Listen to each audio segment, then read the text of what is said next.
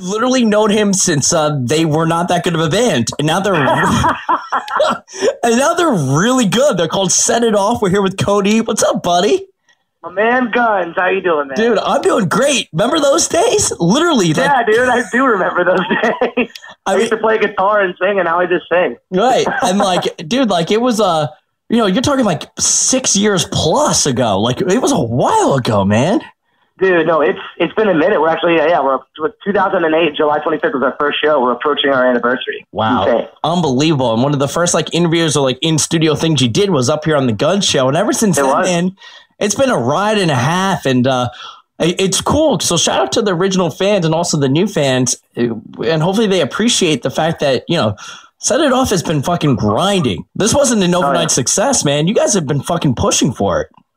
No, we've been working hard, man, and we just dropped a new record called Duality, which it's weird, we were talking about how we've been a band for so long, but I don't think we really found out who we were musically until this record, and it's such a nice feeling. I'm really proud of this new release. I always play the song Why Worry because it's just so good, man. Why Worry is such a jam and a half, but even with the last one, when people go to see Set It Off or listen to Set It Off, it's more than just music. It's theatrics. It's, the people got to see that on the Weird In Crowd show that you guys did, or that tour.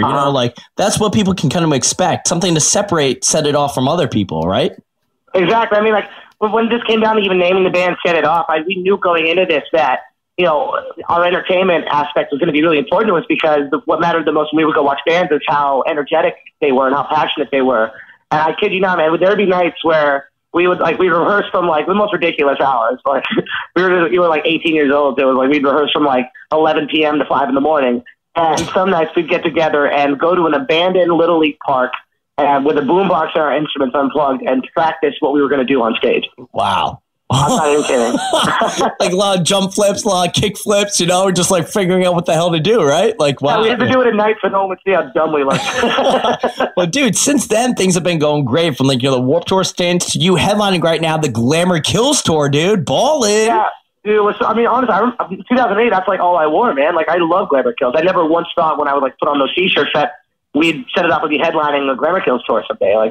This whole year in general, we just announced that. Obviously that we're on because it's happening right now, but we also announced that we're doing our first European headliner.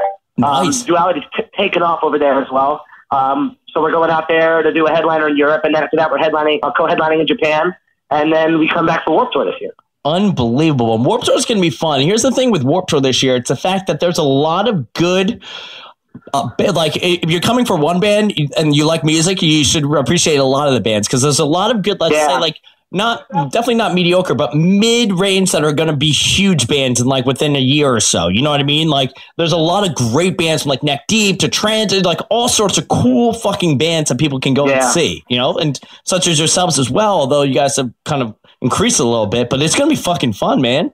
Dude, thank you, man. Yeah, that's what I think about Warped Tour too, is it gives bands of all, styles and levels a really good shot to reach out to a lot of different people because a lot of it's just foot traffic, I think Warped Tour is one of our greatest rises as a band. When we did it in 2013, we played Kevin Said stage.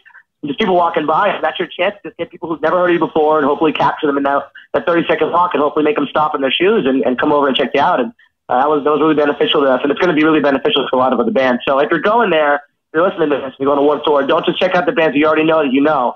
Keep an ear open while you're walking around. See what you find. Absolutely. We're speaking with Cody SIO. That is his Twitter name. Set It Off. Yeah, dude. So how's tour been going, man? So you're on the Glamour Kills tour. It's literally going all across the country. How's it going? Dude, absolutely phenomenal, man. Of course, you want ticket sales to be well, and we've already sold out 2 dates on this so far, and then Boston just sold out. We're playing actually in New York City at Webster. We used to play at the Studio. Last time we came through, we filled that out, so they moved this up to the Marlin Room. Nice. Sorry, I am literally watching a tow truck drive by with someone's car alarm going off. That seems so sketchy. What did I just see? A tow truck taking a car with a car alarm off on it. I'm sure that's just normal. Yeah. I don't think that was legal. No, probably should call the cops. By the way, I have ADD, if you didn't know. We're playing the Marlin Room, and apparently that's on track to sell out. So if you get the chance, go to GlamourKills.ducatking.com. That's DUCAT.com, and you can pick up all the tickets VIPs, meet and greets right now. Yeah, VIPs, meet and greets, the whole entire things you guys are doing as well. So yeah, most of the meet and greets are sold out so far. So if there isn't any left, there's still general admission tickets. Just click the GA button and should be good. There it is. Check him out. Set it up. By the way, you were in my fantasy football league. Will you be in it next year?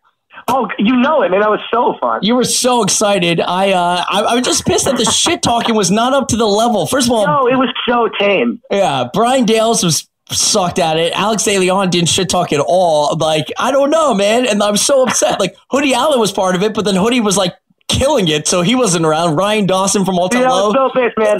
Like, it was my week to face Hoodie, and I was like, oh, I got him this week. And he just had his way with me. Oh, word? He just destroyed me. Well, listen, it's definitely a fun league, and we definitely want you back for it. And we just need to amp up the fucking shit talking, you know? Oh, well, let's do it, man. What's sports you without lead the pack, and I'll keep going. Amen to that. Everything's going well, though? You guys are doing well? Like, talk about the album, man. Like, I think it's more diverse than ever before, maybe, to an extent. I don't know. Like, yeah, I don't know. Well, dude, the whole story in general is it's insane. So basically, we were slotted to work with John Feldman for the record. Oh, and, yeah. If you're supposed to work with a producer, you usually have to email them like months ahead of time to confirm because they're really busy people, you know? We were slotted to work with him for 4 months. You were on the way to his fucking place, right? Dude, we finished that. We had the in-crowd tour. We were from New York. We drove from New York to Los Angeles. And 3 days before we were supposed to go in, we get an email.